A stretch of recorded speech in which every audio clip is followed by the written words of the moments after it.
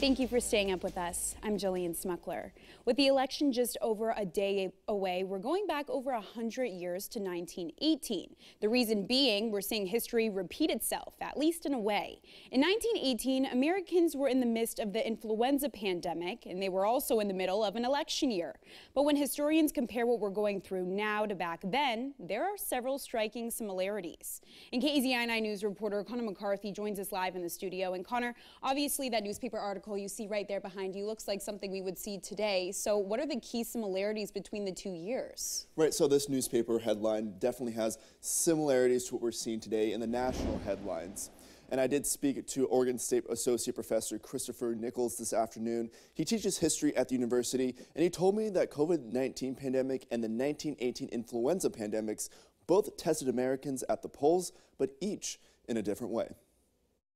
Voting during a pandemic? A couple of the papers reporting in early November 1918 talked a lot about this being the most unusual election in U.S. history.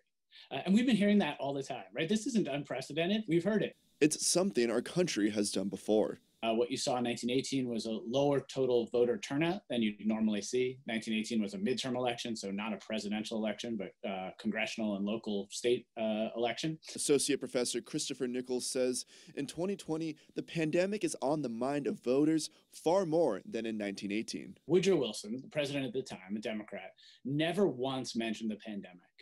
No public addresses, no public speeches, no written record, other than some correspondence that we historians have access to. He says the federal government didn't have the large national response that we're seeing now. When Americans voted in 1918, their vote wasn't seen as a referendum on the pandemic, but of World War I.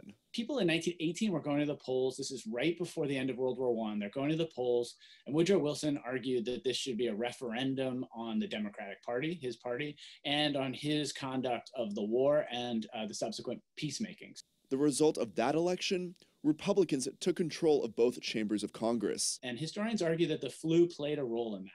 How much? We're not sure. But the opposite was Republicans took the House and the Senate. And 2 years later in the presidential election, Republicans took the presidency as well. And so some of that is a rebuke of the party in charge in terms of the pandemic. Nichols also says in Tuesday's election, the pandemic is front and center.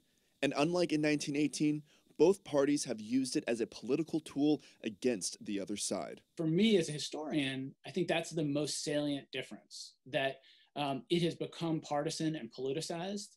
And in 1918, there wasn't the expectation that the federal government would be as aggressively taking action, but also there wasn't an expectation that public health would be a partisan issue at all. Jillian, there's that saying that history tends to repeat itself, but in reality, it actually rhymes. And Nichols says the tones of the two pandemics sound strikingly similar, and the outcome of the election this year could recall the party in power. But only on Election Day will we find out. Live in the studio, Connor McCarthy, KEZI 9 News.